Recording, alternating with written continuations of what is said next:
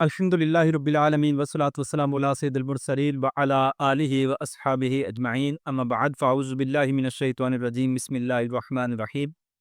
اللہم انا نجعلک فی نحورہم ونعوذ بک من شرورہم ایتر ناظرین السلام علیکم ورحمۃ اللہ وبرکاتہ۔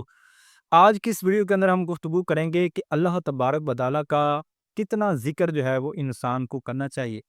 اور کتنا مجاہدہ اور عبادت و ریاضت انسان کو کرنی چاہیے۔ یہ ویڈیو جو ہے خاص مریدین کے لیے ہے یا وہ لوگ جو اس میں ذات لفظ اللہ کا نور حاصل کر چکے ہیں ان کے لیے خاص طور پر یہ ویڈیو ہے، کیونکہ ایسا مجاہدہ اور عبادت و ریاضت جسٹ ایسے ہی لوگ کر سکتے ہیں، اور یہ انہی کے شیان شان ہے کہ وہ اللہ تبارک و تعالیٰ کا ذکر اس طرح سے کریں۔ اچھا، اللہ تبارک و تعالیٰ نے قرآن پاک کے اندر بھی اس حوالے سے فرما دیا ہے،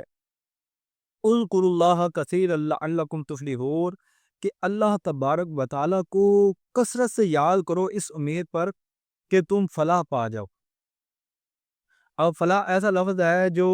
دنیا کی فلاح کے لیے بھی استعمال ہوتا ہے اور آخرت کی فلاح کے لیے بھی استعمال ہوتا ہے۔ تو قرآن کہ اللہ تبارک و تعالیٰ کو کثرت سے یاد کرنا ہے،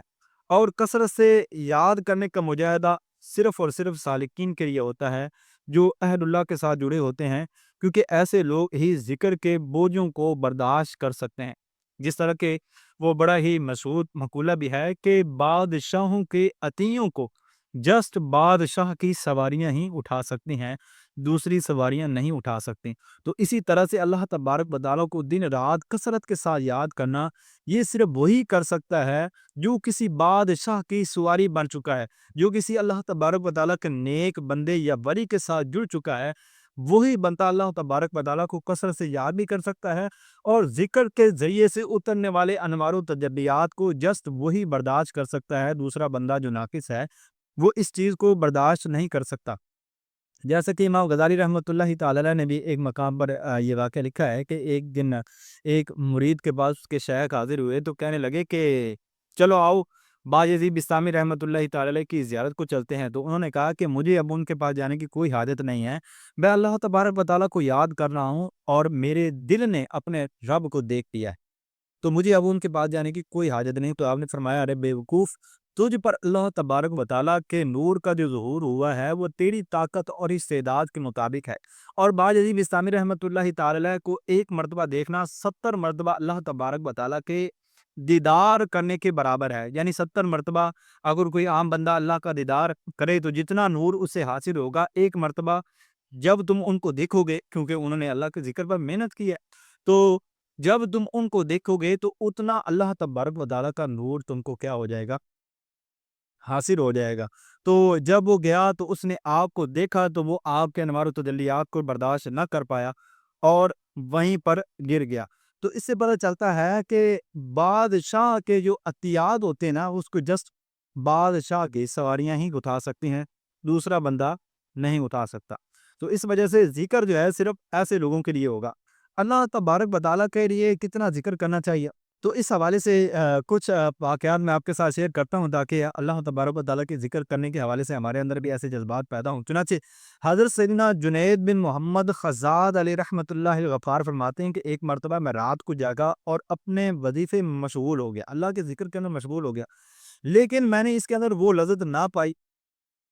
چنانچہ میں نے سونے کا ارادہ کیا تو اللہ تبارک و تعالیٰ نے نیند بھی ختم کر دی، لہذا بیٹھ گیا، لیکن بیٹھ بھی نہ سکا، اس میں بھی پریشانی ہو رہی، تو باہر نکل گیا۔ کیا دیکھتا ہوں کہ ایک شخص کمبل میں لپٹا ہوا راستے میں پڑا ہے۔ جب وہ میرے آنے پر مطلع ہوا تو کہنے لگا کہ اے ابو القاسم، ذرا میرے پاس تشریف لائیے۔ میں نے کہا، اے محترم، پہلے سے آپ نے کوئی اطلاع نہیں دی کہ آپ ملنے کے لیے آ رہے ہیں؟ اس شخص نے کہا، جی ہاں، میں نے اللہ عز و جل کی بارگاہ میں التجا کی کہ وہ تیرے دل کو میری طرف متوجہ کر دے۔ میں نے کہا کہ وہ تیری طرف متوجہ ہو گیا، اب بتاؤ تمہاری کیا حاجت ہے؟ اس نے کہا کہ نفس کی بیماری کا علاج کب بنتا ہے؟ میں نے کہا، جب تو نفس کی خواہش میں اس کی مخالفت کرے تب تیرے نفس کی بیماری کا علاج ہونا شروع ہو جاتا ہے۔ پس پھر وہ اپنے نفس کی جانب متوجہ ہو کر کہنے لگا، اے نفس، اب سن لیا، میں نے تجھے 7 بار اس بات کا جواب دیا، لیکن تو نے انکار کیا اور کہا میں تو حضرت سیدنا جنید رحمۃ اللہ تعالی علیہ ہی سے سنوں گا،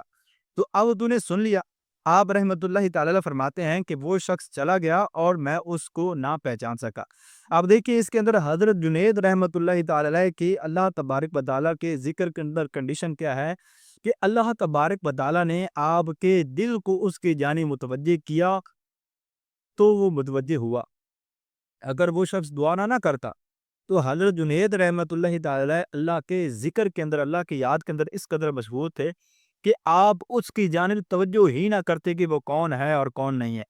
تو اللہ تبارک و تعالیٰ کا ذکر انسان کو اتنا کرنا چاہیے کہ اللہ تبارک و تعالیٰ جب تک اس کی توجہ کو کسی اور طرف نہ پھیرے، اس کی توجہ کسی اور کی طرف نہ جائے۔ تو اللہ تبارک و تعالیٰ کو اتنی کثرت سے یاد کرنا چاہیے۔ اللہ تبارک و تعالیٰ کا ذکر انسان کو کتنا کرنا چاہیے، چنانچہ حضرت سیدنا سہل تستری رحمۃ اللہ تعالی علیہ سے منقول ہے، آپ رحمۃ اللہ تعالی عنہ فرماتے ہیں کہ میری عمر 3 سال تھی، میں رات کو اٹھ کر اپنے ماموں حضرت سیدنا محمد بن محمد صبار علی رحمۃ اللہ تعالی علیہ کو خلوت میں نماز پڑھتے دیکھتا تھا۔ ایک دن میرے ماموں نے مجھ سے پوچھا، کیا تو اس اللہ عز و جل کو یاد نہیں کرتا جس میں تجھے پیدا کیا؟ میں نے پوچھا کہ میں اسے کس طرح سے یاد کروں؟ انہوں نے فرمایا، جب تم بستر پر لیٹنے لگو تو 3 بار زبان کو حرکت دیے بغیر محض دل میں یہ کلمات کہو، اللہ معی، اللہ ناظر الی، اللہ شاہدی، کہ اللہ میرے ساتھ ہے، اللہ مجھے دیکھ رہا ہے اور اللہ میرا گواہ ہے۔ آپ اسے یہ اجازت دے رہے ہیں، اور اجازت کون دے رہا ہے؟ اللہ کا ولی۔ اب یہ اجازت دی تو اب ان کلمات کی برکت بھی جاری ہو گئی۔ خود اگر وہ پڑھتے رہتے ساری عمر تب بھی یہ معاملے حاصل نہیں ہونے تھے۔ آپ رحمۃ اللہ تعالی علیہ فرماتے ہیں، میں نے چند راتیں یہ کلمات پڑھے، پھر انہیں بتایا تو انہوں نے فرمایا کہ ہر رات 7 مرتبہ پڑھو۔ میں نے انہیں پڑھا، پھر انہیں بتایا تو انہوں نے کہا ہر رات 11 مرتبہ یہ کلمات پڑھو۔ میں نے اسی طرح سے پڑھا تو میرے دل میں اس کی لذت پائی گئی، یعنی مجھے اللہ تبارک و تعالیٰ کے ذکر کی حلاوت اور لذت آنی شروع ہو گئی۔ آپ کو بہت سارے لوگ دنیا کے اندر مل جائیں گے جو اللہ کا ذکر کرتے ہیں لیکن لذت والی کنڈیشن نہیں۔ وہی لوگ جب اللہ تبارک و تعالیٰ کے نیک بندوں کے ساتھ جڑتے ہیں، پھر جب ذکر کرنا شروع کرتے ہیں تو پھر ذکر کے اندر لذت اور حلاوت آنی شروع ہو جاتی ہے۔ وجہ یہ ہے کہ اب ان کی طرف سے انوارات اللہ کے ذکر کے شیخ کی طرف سے ان کی طرف منتقل ہو رہے ہوتے ہیں۔ چنانچہ پھر آپ فرماتے ہیں کہ جب 1 سال گزر گیا تو میرے ماموں نے مجھ سے فرمایا، میں نے جو کچھ تمہیں سکھایا اسے یاد رکھو اور قبر میں جانے تک ہمیشہ پڑھتے رہنا، تمہیں دنیا اور آخرت میں نفع دے گا۔ کتنا چھوٹا سا وظیفہ ہے۔ اسی وجہ سے میں بھی یہ کہتا ہوں کہ تھوڑا بوجھ اپنے اوپر ڈالیں اور ساری عمر لے کر چلیں۔ ہمارے سلسلے کے اندر وظائف بہت کم ہیں، بس اللہ کا ذکر، اور اتنے بوجھ کو اٹھائیں اور ہمیشہ اللہ کے ذکر کے اندر مشغول رہیں، اس کو قبر تک لے کے چلیں، پھر دیکھیں کہ اس کے اندر کیا کیا برکتیں آپ کو ملتی ہیں، تمہیں دنیا اور آخرت میں نفع دے گا۔ میں نے کئی سال تک ایسا کیا تو اپنے اندر اس کا مزہ پایا۔ پھر ایک دن میرے ماموں نے فرمایا، ایسا ہے اللہ عز و جل جس شخص کے ساتھ ہو، اسے دیکھتا ہو اور اس کا گواہ ہو، وہ اس کی نافرمانی کیسے کر سکتا ہے؟ گناہوں سے بچو۔ یعنی جب آپ بلوغت کے قریب ہوئے تو اب آپ کے ماموں جان آپ کو گناہوں سے بھی بچانے کے لیے یہ فرما رہے ہیں۔ آپ فرماتے ہیں کہ میں نے تنہائی میں یہ ذکر شروع کیا اور میں یہ ذکر کرتا رہا، پھر انہوں نے مجھے مکتب میں بھیجا، پھر انہوں نے کہا کہ پڑھنے کے لیے مجھے بھیجا، تو میں نے عرض کیا کہ مجھے ڈر ہے کہیں میرے ذکر میں خلل نہ آ جائے۔ اللہ تبارک و تعالیٰ کا ذکر انسان کو اتنا کرنا چاہیے کہ اگر ذکر کے علاوہ کسی اور کام کے اندر مشغول انسان کو ہونا پڑے تو اسے یہ خوف لائق ہو کہ کہیں مجھ سے میرے رب کی یاد نہ چھوٹ جائے۔ چنانچہ انہوں نے استاد صاحب سے یہ شرط مقرر کی کہ ان کے پاس جا کر صرف 1 گھنٹہ پڑھوں گا اور پھر لوٹ آؤں گا۔ میں مکتب جاتا رہا اور قرآن مجید حفظ کر لیا۔ اس وقت میری عمر 6-7 سال تھی۔ میں روزانہ روزہ رکھتا۔ 12 سال تک میں نے جو کی روٹی کھائی، اور 13 سال کی عمر میں مجھے ایک مسئلہ پیش آیا۔ میں نے گھر والوں سے کہا کہ مجھے بصرہ بھیج دو تاکہ میں وہاں کے علماء سے اس بارے میں دریافت کروں، لیکن ان میں سے کسی نے مجھے شافی جواب نہ دیا۔ یعنی علماء کرام کے پاس گیا، کوئی روحانی مسئلہ آپ کو پیش آیا تو انہوں نے کوئی ایسا جواب نہ دیا جس کے ذریعے سے دل مطمئن ہوتا۔ دل مطمئن بھائی اللہ والوں سے ہی ہوتا ہے۔ پھر آپ فرماتے ہیں کہ میں ابادان کی طرف نکلا، میں نے وہاں پر حضرت سیدنا ابو حبیب حمزہ رحمۃ اللہ تعالی علیہ نامی بزرگ سے مسئلہ پوچھا تو انہوں نے مجھے قابل اطمینان اس کا جواب دیا، کیونکہ اب مشاہدات آگے کھل رہے تھے، روحانیت کے معاملات کھل رہے تھے، اتنے دنوں سے مجاہدہ چل رہا تھا۔ آپ فرماتے ہیں کہ میں ان کے پاس ٹھہر گیا، ان کے کلام سے نفع حاصل کرتا رہا اور آداب سیکھتا رہا، یعنی روحانیت کے۔ پھر میں تستر کی طرف آ گیا، میں نے اپنی روزی کا انتظام یوں کیا کہ میرے لیے 1 درم کے 1 فرق یعنی 4 کلو جو خریدے جاتے اور انہیں پیس کر روٹی پکائی جاتی۔ میں ہر رات سحری کے وقت 1 اکیا روٹی کھاتا جو نمک اور سالن کے بغیر ہوتی، چنانچہ 1 درم مجھے سال بھر کے لیے کافی ہو جاتا۔ پھر میں نے ارادہ کیا کہ 3 دن مسلسل روزے رکھوں گا، پھر افطار کروں گا، پھر 5 دن، پھر 7 دن، پھر 25 دن کا مسلسل روزہ رکھا، اور 20 سال تک میرا یہی معمول رہا کہ میں یوں ہی روزے کے اندر رہتا اور اللہ تبارک و تعالیٰ کا ذکر کرتا رہتا۔ پھر میں زمین میں سیر و سیاحت کے لیے نکلا، پھر تستر واپس لوٹ آیا اور میں ساری رات قیام کیا کرتا تھا۔ اللہ عز و جل جو کبھی اور کریم ہے، وہی اس چیز کی توفیق دینے والا ہے۔ تو دیکھیں حضرت سہل بن عبداللہ تستری رحمۃ اللہ تعالی علیہ کس طرح سے اللہ تبارک و تعالیٰ کا ذکر کیا کرتے تھے، اور کتنا اللہ تبارک و تعالیٰ کو یاد کیا کرتے تھے، کہ اللہ تبارک و تعالیٰ کے ذکر کے اندر اس قدر مشغول ہوئے کہ دن کو روزہ رکھتے، اپنی خوراک کا انتظام بہت ہی کم کر دیا، تاکہ مجھے دنیا کے معاملات کے اندر زیادہ نہ پڑنا پڑے، بس جتنے سے میرا گزر بسر ہو جاتا ہے اتنا کمایا، اور اللہ کے ذکر کے اندر 404۔ اور انہی کے حوالے سے میرا غالباً آتا ہے، ان کے ایک مرید تھے، آپ نے ان کو فرمایا کہ آپ اللہ کے ذکر کے اندر مشغول ہو، چنانچہ وہ اللہ تبارک و تعالیٰ کے ذکر کے اندر مشغول ہوئے، ایک جگہ پر بیٹھ گئے اور اللہ کا ذکر کرتے رہے، اور اتنا اللہ تبارک و تعالیٰ کو یاد کیا، اتنے اللہ تبارک و تعالیٰ کے ذکر کے اندر مستغرق ہوئے کہ ایک دن طوفان آیا، آندھی چلی، تو پہلے چونکہ چھتیں کچی ہوتی تھیں اور اس کے اوپر لکڑی وغیرہ رکھی ہوتی تھی، ابھی تو وہ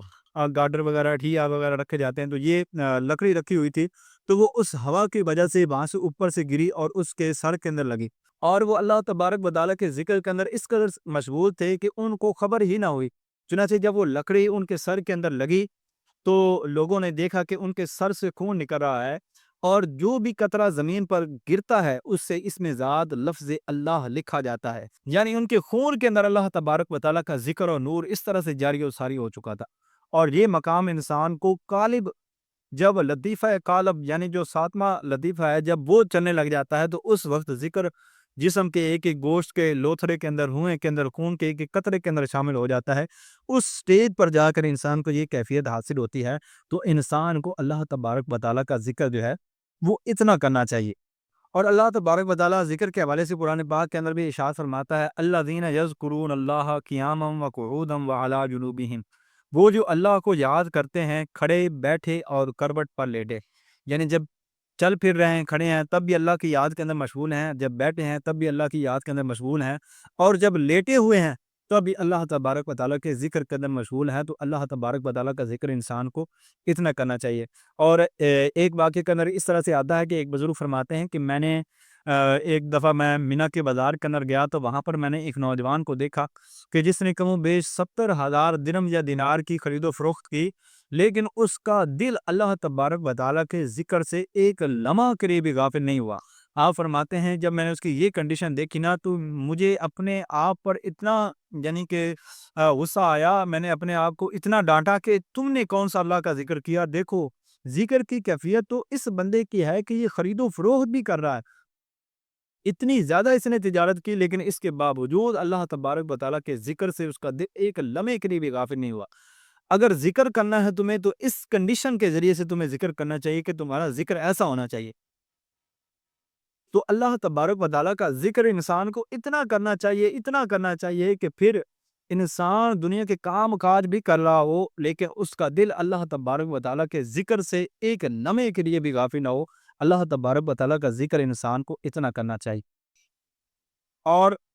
علامہ عبد الوہاب شعرانی رحمۃ اللہ تعالی علیہ فرماتے ہیں کہ میں نے اپنے سردار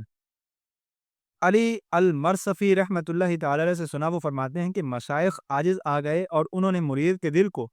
جلا بخشنے یعنی روشن کرنے کے لیے اللہ تبارک و تعالیٰ کے دائمی ذکر سے بڑھ کر اور کوئی دوائی نہیں پائی۔ ذکر کرنے والا اس شخص کی طرح ہے جو زنگ آلود تانبے کو ریل کے ذریعے سے صاف کرتا ہے، اور ذکر کے علاوہ باقی عبادات کرنے والا اس شخص کی طرح ہے جو تانبے کو صابن کے ساتھ صاف کرتا ہے، اگرچہ وہ بھی صابن کے ذریعے سے اس کو چمکانے کی کوشش کرتا ہے، لیکن وہ اس مقصد کے حصول کے لیے طویل زمانے کا محتاج ہے، جبکہ اللہ تبارک و تعالیٰ کا ذکر کرنے والا اس کو جلدی پا لے گا۔ اور بعض بزرگان دین یہ فرماتے ہیں کہ جب رات ہو تو بعض لوگ اس وجہ سے خوش ہو رہے ہوتے ہیں کہ اب کام کاج سے جان چھوٹ جائے گی اور میں جا کر آرام کروں گا، لیکن اللہ تبارک و تعالیٰ کے ذاکر اور ذکر کرنے والا اس وجہ سے خوش ہوتا ہے کہ اب رات ہو رہی ہے، میں اللہ تبارک و تعالیٰ کا ذکر کروں گا۔ اور روایات کے اندر یہ بھی آتا ہے کہ جنت کے اندر انسان کو سوائے ان لمحات کے جو اللہ تبارک و تعالیٰ کے ذکر کے علاوہ گزرے ہوں گے، انسان کو کسی چیز پر کوئی افسوس نہیں ہوگا، کہ انسان کو افسوس ہوگا کاش میں ان لمحات کے اندر اللہ تبارک و تعالیٰ کا ذکر کر لیتا تو آج میں اس سے بھی بلند رتبے اور درجے پر فائز ہو جاتا۔ تو اللہ تبارک و تعالیٰ کا ذکر انسان کو اتنا کرنا چاہیے۔ اللہ تبارک و تعالیٰ سے دعا ہے کہ اللہ تبارک و تعالیٰ ہمیں کثرت کے ساتھ اپنا ذکر کرنے والا بنا دے۔ وما علینا الا البلاغ المبین۔